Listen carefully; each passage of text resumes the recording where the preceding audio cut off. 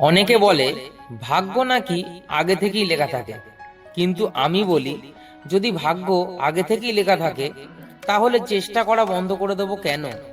হতে পারে আপনার ভাগ্যে এটাও লেখা আছে যে আপনি চেষ্টা করলেই তবেই সেটা পাবেন। আজ হয়তো আপনার চারপাশের পরিস্থিতি আপনার পক্ষে নেই, পকেটে টাকা নেই, চেনা মানুষগুলো মুখ ফিরিয়ে নিচ্ছে, রাত কাটছে চরম হতাশায়, মনে হচ্ছে আর বোধহয় সম্ভব না, সব শেষ। কিন্তু একটা কথা মনে রাখবেন, ঝড় যখন আসে তখন গাছকে উপড়ে ফেলার জন্য নয়, বরং গাছের শিকড় কতটা মজবুত সেটা পরীক্ষা করার জন্য।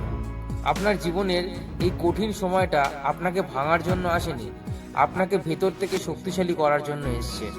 লোকেরা আপনাকে নিয়ে হাসছে, হাসতে দিন। আপনাকে কেউ বিশ্বাস করছে না, করতে হবে না। যাদের নিজেদের বড় কিছু করার যোগ্যতা থাকে না, তারা অন্যের স্বপ্নকেও ছোট করে দেখতে ভালোবাসে। আজ থেকে অজুহাত দেওয়া বন্ধ করুন। আপনার কাছে সময় নেই, আমার ভাগ্য খারাপ, আমাকে কেউ সাহায্য করে না, এসব মিথ্যে অজুহাত দিয়ে নিজেকে সান্ত্বনা দেওয়া বন্ধ করুন। যদি জিততে চান তাহলে আরামের বিছানা ছাড়তে হবে। যখন পুরো পৃথিবী ঘুমাবে আপনাকে তখন নিজের স্বপ্নের পেছনে ছুটতে হবে, ঘাম ঝরাতে হবে, দরকার হলে রক্ত জল করতে হবে। মনে রাখবেন, আজকের খাটুনি আগামীকালের সফলতা। যেদিন আপনি সফল হবেন সেদিন আজকের এই প্রতিটা চোখের জল, প্রতিটা বিনিদ্র রাত একটা দারুণ গল্পে পরিণত হবে।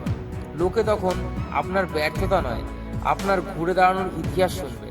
তাই উঠে দাঁড়ান, নিজেকে গুটিয়ে রাখবেন না, নিজের ভেতরের সেই জেদটাকে জাগিয়ে তুলুন। যতক্ষণ না লক্ষ্য পূরণ হচ্ছে ততক্ষণ থামা চলবে না। সবাইকে মুখে বলে প্রমাণ করা দরকার নেই, নিজের কাজ দিয়ে, নিজের সফলতা দিয়ে সবাইকে বুঝিয়ে দিন যে আপনিও সব পারেন।